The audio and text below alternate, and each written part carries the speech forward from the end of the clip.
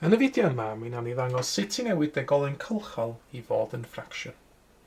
Felly, gadewch i ni gychwyn drwy ystyried sut i newid y degolyn cylchol dim pwynt 4,3 dot i fod yn ffracsiwn. Nawr y techneg yw i gychwyn i ysgrifennu gadewch i A fod yn hafal i'r degolyn cylchol yma, dim pwynt 4,3 dot. Nawr, yr A yma fan hyn, hwn ydy'r ffracsiwn dyn ni eisiau ffeindio ar gyfer y degolyn yma. Felly yn amlwg ar y diwedd, mi fydd y ffracsiwn A yma yn hafal i'r degolyn cylchol dim pwynt 4,3 dot. Nawr, ar gyfer beth sydd yn dilyn, mae'n haws ni ysgrifennu'r degolyn yma, nid gan ddefnyddio'r nodiant dot, ond yn defnyddio y digid 3 yma yn cael ei ailadrodd. Felly, os di A yn dim pwynt 4,3 dot, mae hefyd yn wir deud fod A yn hafal i dim pwynt 4 a wedyn y 3 yma yn ailadrodd am byth. Nawr nesaf, dyn ni'n sbio ar y degolyn cylchol yma a dyn ni'n ystyried sawl digid sydd yn ailadrodd. Yn fan hyn, dim ond y digid 3 sydd yn ailadrodd. Felly beth sy'n rhaid iddyn ni wneud yn awr ydy lluosi yr A fan hyn hefo 10. Nawr, pe bai 2 digid yn ailadrodd fan hyn, sy'n ni lluosi fo 100. Pe bai 3 digid yn ailadrodd, sy'n ni lluosi fo 1000 ac yn y blaen. Ond fan hyn, dim ond y 3 sydd yn ailadrodd, ac felly dwi'n lluosi'r hafaliad fach yma hefo 10. Mae hynna'n golygu fod 10A mynd oedd yn hafal i y degolyn yma ar ôl cael ei liosi fo 10, felly mae'r pwynt degol yma'n neidio un waith i'r dde, a dwi'n cael 4,333 yn ailadrodd. O dan hwnna wedyn, dwi'n ysgrifennu yr hafaliad wreiddiol ar gyfer A. Mae A yn hafal i dim pwynt 4,333 yn ailadrodd. Ac yna, dwi eisiau tynnu y gwylod oddi wrth y top. Na drwy'n neud hyn, drwy'n neud y swm tynnu fach yn hyn, mi fyddai'n gweld fod y pethau sydd yn ailadrodd yn diflannu, neu os hoffech chi yn canslo allan. Oherwydd yn y swm tynnu yma nawr, faint i'r dde dwi'n mynd, y symiau wastad fydd 3 tynnu 3. Felly mae 3 tynnu 3 yn ddim yn ymddangos yn pob man yn y swm yma. 3 tynnu 3 yn ddim byd, 3 tynnu 3 yn ddim byd, nes dwi'n cyrraedd y fan hyn. Ac felly, go wir, mae'r swm tynnu yma yn cychwyn efo 3 tynnu 4. Wel, dwi'n methu neud hynna heb fenthyg oddi wrth y 4 yma. Y 4 yma yn mynd lawr i 3, y 3 yma yn cael mynd fyny i 13. Wedyn, 13 tynnu 4 yn 9, y pwynt degol yn ymddangos, 3 tynnu dim byd yn 3. Ar ochr chwith yr hafaliad yn hyn, 10A tynnu A sydd gen i fi, neu 10A tynnu 1A, mae'n yn gadael fi efo 9A.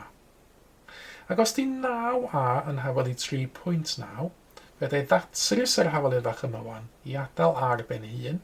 Dwi angen rhannu hefo 9 mwyn i hynny ddigwydd, ac felly mae A yn dod yn hafal i 3.9, rhannu hefo 9. Nawr, dwi bron iawn yn y nawr, ond di hwn ddim cweit yn ffracsiwn, roedd mae yna ddegolyn yn ymddangos yn y llifiadur yn y top. Fyddai ddelio fo hynna drwy liosi y top y gwylod hefo 10. Mae hynna'n newid y ffracsiwn i fod yn 39 dros 90. Ac yna, fyddai ystyried os dwi'n gallu symleiddio y ffracsiwn yma neu beidio. Yn fan hyn dwi yn gallu symleiddio, oherwydd mae'r ddau rif yma yn tabl 3. Mae 39 rhannu fy 3 yn 13. Mae 90 rhannu fy 3 yn 30. Ac yna gan fod 13 yn rif cysefin, wneith y ffracsiwn yma ddim symleiddio ymhellach. Felly, cofiwch be oeddwn ni'n wneud oedd newid y degolyn cylchol dim pwynt 4,3 dots i fod yn ffracsiwn. Dwi wedi ffeindio'r ffracsiwn yna ar gyfer y degolyn cylchol 13 dros 30. Byddai wirio hynna gyfrifiannell, dwi'n rhaid 13 dros 30 i fewn. Ac ar ôl pwys S-D, mi ddylwn ni a dwi yn cael y degolyn cylchol greiddiol dim pwynt 4,3 dot. Nawr, dyma ni un enghraifft arall o'r un techneg. Gadewch i ni ystyried sut i newid y degolyn cylchol 1.78 dot 2 dot i fod yn ffracsiwn. Nawr, na i ddefnyddio union yr un techneg ac o'r blaen. Felly, i gychwyn, gadewch chi y llythyren A gynrychioli y degolyn cylchol yma 1.78 dot 2 dot. Felly, na i sgwennu y degolyn allan i llawn nesaf. Mae A yn hafal i 1.7 ac yna yr 82 sydd yn ailadrodd yn y degolyn yma. Nawr, yn fan hyn, 2 ddigid sydd yn ailadrodd, yr 8 a'r 2 yn ailadrodd. Gan na 2 ddigid sydd yn ailadrodd, dwi angen llosi'r hafaled fach yma hefo 100, fel nath ni drafod cynt. Nawr, drwy liosi yr ochr chwith efo 100, dwi'n cael 100 a. Os dwi'n llosi'r degolyn yma efo 100, mae'r pwynt degol yn symud 2 waith i'r dde, a dwi efo 178 pwynt. A wedyn 2828 yn ailadrodd am byth. Eto o dan hwn, dwi am sgwennu'r hafaled wreiddiol yn awr, a'n hafal i 1 pwynt, 78828. Ac eto, dyn ni'n gweld drwy liosi fy 100, mae'r darna sydd yn ailadrodd yn dangos yn awr mewn colomnau taclus, ac felly, ar ôl fi wneud y swm tynnu yma, mi fydd y pethau sydd yn ailadrodd yn diflannu. Felly, yn y swm tynnu yma, eto, pa mor bell i'r dde dyn ni'n mynd, symiad dim ydyn ni'n gael fan hyn, 8 tynnu 8 yn ddim byd, 2 tynnu 2, 8 tynnu 8, 2 tynnu 2, 8 tynnu 8, ac felly mae'r swm tynnu gywir yn cychwyn efo 2 tynnu 7. Dwi'n methu gwneud hynna, felly benthyg o'r 8 yn fan hyn. 12 tynnu 7 yn 5, pwynt degol, gyda 7 tynnu 1 yn 6, 7 tynnu dim byd yn 7, 1 tynnu dim byd yn 1. Ar ochr chwith, 100 a tynnu 1 a yn 99 a. Eto, mae gennym fi hafaled fach i ddatrys fan hyn ar gyfer A. Mae A'n 176.5, rhannu efo 99. Eto, yr un broblem ac o'r blaen, dim cweit yn ffracsiwn, ond fe dau ddatrys yna drwy liosi top a gwylod hefo 10. Felly 1765 dros 990 ydy'r ffracsiwn sydd gennym ni ar gyfer A.